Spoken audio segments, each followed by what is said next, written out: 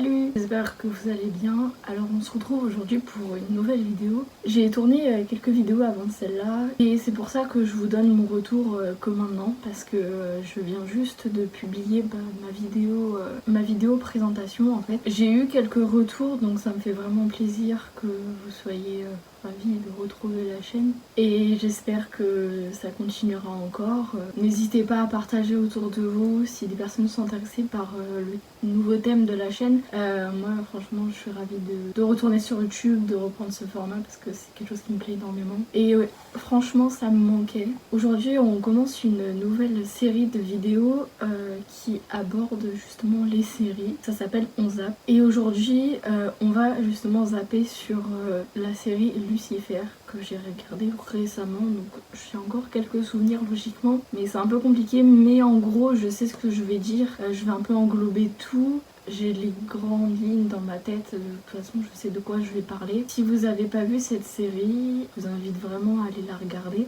Vous pouvez rester pendant la vidéo bien évidemment. Je vais éviter de trop spoiler, je vais sûrement donner quelques petits trucs.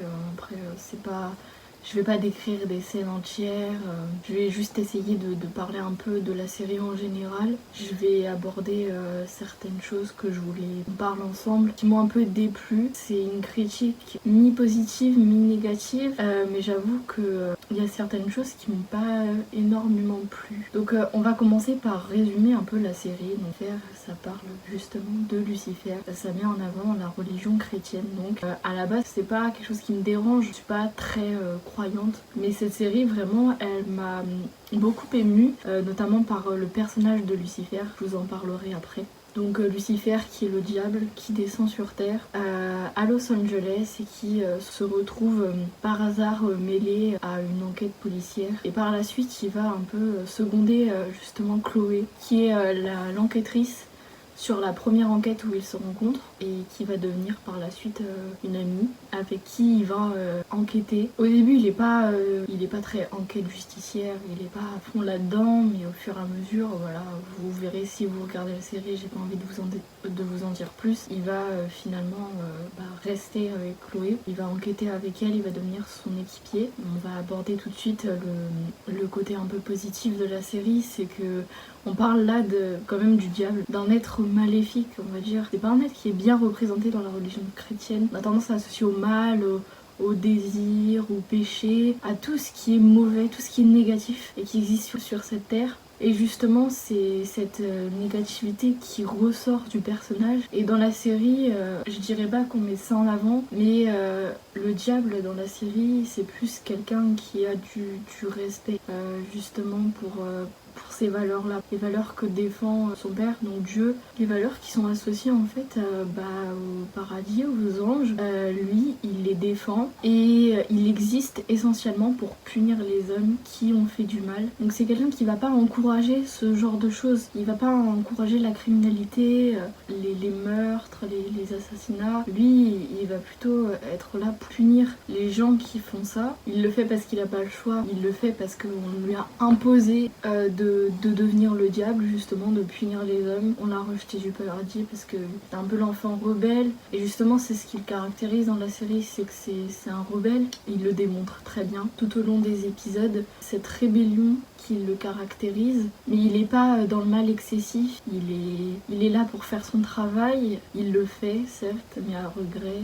c'est pas quelque chose qu'il aime faire, il prend pas plaisir à le faire, et c'est pour ça qu'il vient s'installer sur Terre, justement, c'est parce qu'il en a marre, il a envie d'être un peu plus libre, je pense, il a pas envie de retourner aux enfers, il en a marre d'être là-bas, il veut prendre du bon temps, il veut s'amuser, et justement c'est un peu ce côté un peu fêtard qui ressort, qui caractérise le diable. Cette fois-ci, comme il est représenté dans la Bible, ça veut dire le diable qui représente les désirs, les péchés des hommes. Après, c'est pas vraiment des gros péchés, c'est plus quelque chose qui est anti-catholique en gros, qui est pas très bien vu dans la religion chrétienne. Ça fait pas partie du mal pour moi, pour eux oui, mais d'un point de vue plus objectif, c'est pas vraiment le mal. Les désirs humains, les désirs sexuels en fait principalement, c'est lui qui les représente sur Terre.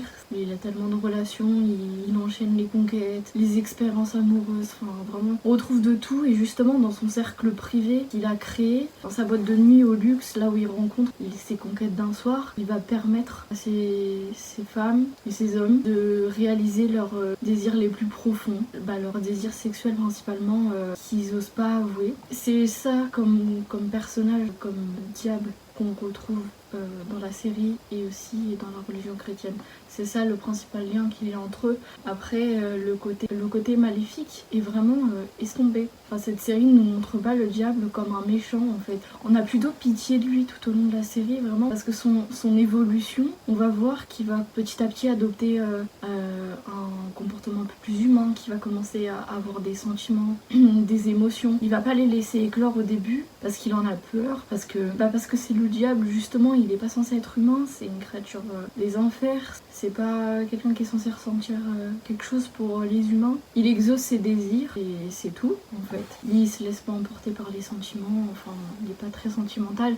Il tient certes à des gens, mais ça s'arrête là. Quand il va se rendre compte vraiment de ce qu'il peut ressentir au fond de lui, ça a tendance à lui faire peur et il va essayer de repousser ça. Et justement il est pas capable d'avouer ce qu'il ressent, parce qu'il en a peur. Il fuit au lieu d'affronter le problème, et ça justement c'est un problème forcément, mais au fur et à mesure du développement de la série, il va petit à petit s'ouvrir. Il est assez renfermé au début, il va s'ouvrir, notamment grâce au personnage de Chloé, avec qui il a une relation amicale assez forte, et ça se résume pas que à l'amitié, forcément vous devez vous en douter. Et ce personnage est là justement pour lui faire se rendre compte de certaines choses, et Chloé est extrêmement importante pour lui parce qu'elle va lui permettre de se découvrir, de découvrir qui il est vraiment, et c'est très intéressant vraiment.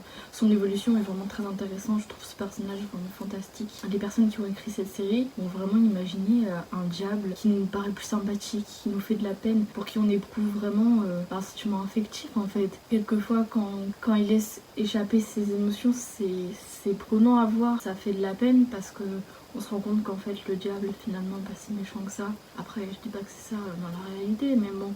En tout cas dans cette série, le diable nous apparaît comme quelqu'un pas si étranger que nous quoi. C'est pas une créature du mal, c'est quelqu'un qui est juste perdu, qui a besoin de repères. Il est dans un monde entièrement d'humains forcément, et il se pose des questions, voilà, comme toute personne normale je pense. Sauf que lui forcément c'est le diable. Alors ce genre de questions s'applique pas forcément pour lui. Au fur et à mesure, et il va commencer à en prendre conscience. Et justement, je parlais tout à l'heure du désir qui le caractérise, qui représente un peu le péché humain on va dire. Il a un pouvoir donc qui est la capacité de faire dire à n'importe quel humain son désir le plus profond. Donc c'est ça aussi qui va marquer un peu sa nature de maître du péché, du désir humain. Et donc pour apporter une critique un peu plus négative à la série, j'ai beaucoup aimé certes la regarder, mais quelquefois je la trouve un peu longue, notamment la saison 3. Je sais qu'il y a environ une vingtaine d'épisodes. J'exclus pas que les épisodes sont sûrement indispensables au développement de la série, mais je pense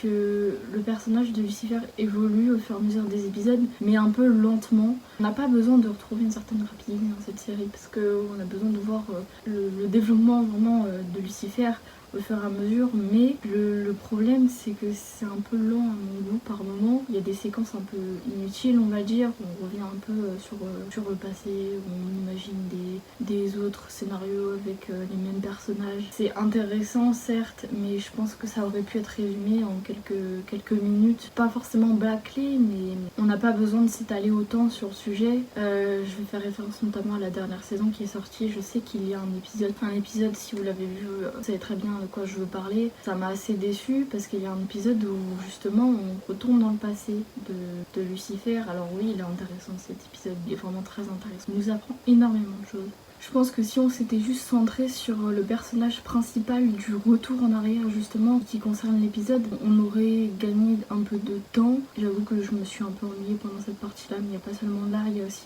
comme je vous disais dans les autres saisons, je trouve ça un peu lent. On aboutit à quelque chose vraiment dans la dernière saison, mais on met quand même 5 saisons avant d'y arriver. Je sais que on peut pas faire ça forcément en 2 saisons, mais peut-être modifier un peu les choses, peut-être arranger un peu le déroulement de l'histoire. Peut-être que ça nous aurait apporté quelque chose de nouveau. Et justement, on aurait vu l'évolution un peu de Lucifer à travers ces modifications.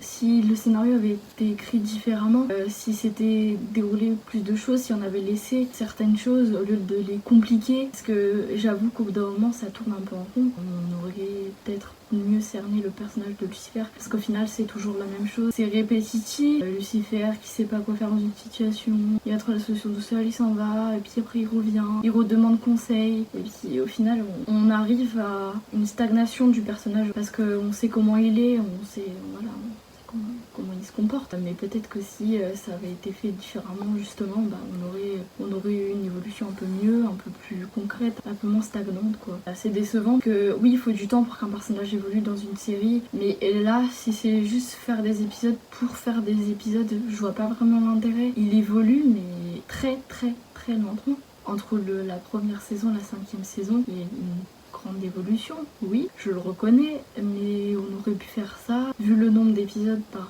saison, ils auraient pu étaler ça sur quelques saisons, 2-3 saisons, ça aurait suffi je pense. Après, il y a énormément de choses qui ont été abordées dans les autres épisodes, je sais, il y a beaucoup de choses. Je me rappelle plus très précisément. Après ça se résume essentiellement à des enquêtes, voilà.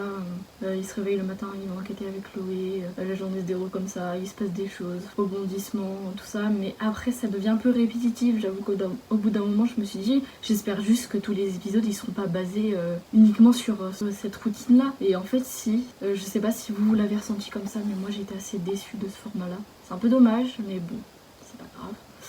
On fait avec. De toute façon, Lucifer, c'est une série que j'ai beaucoup aimée, évidemment. C'est pour ça que j'en parle. Je trouve ça assez différent d'aborder le personnage de Lucifer, donc le diable. Je trouve ça assez intéressant comme approche. J'aime beaucoup ce personnage, je suis très attachée. Je le trouve magnifique en fait. Je parle pas de l'acteur, hein, mais je parle du personnage. Bien évidemment, l'acteur est très beau, mais le personnage est quant à lui absolument superbe. Il est très bien incarné en plus par Tom Ellis qui joue merveilleusement bien.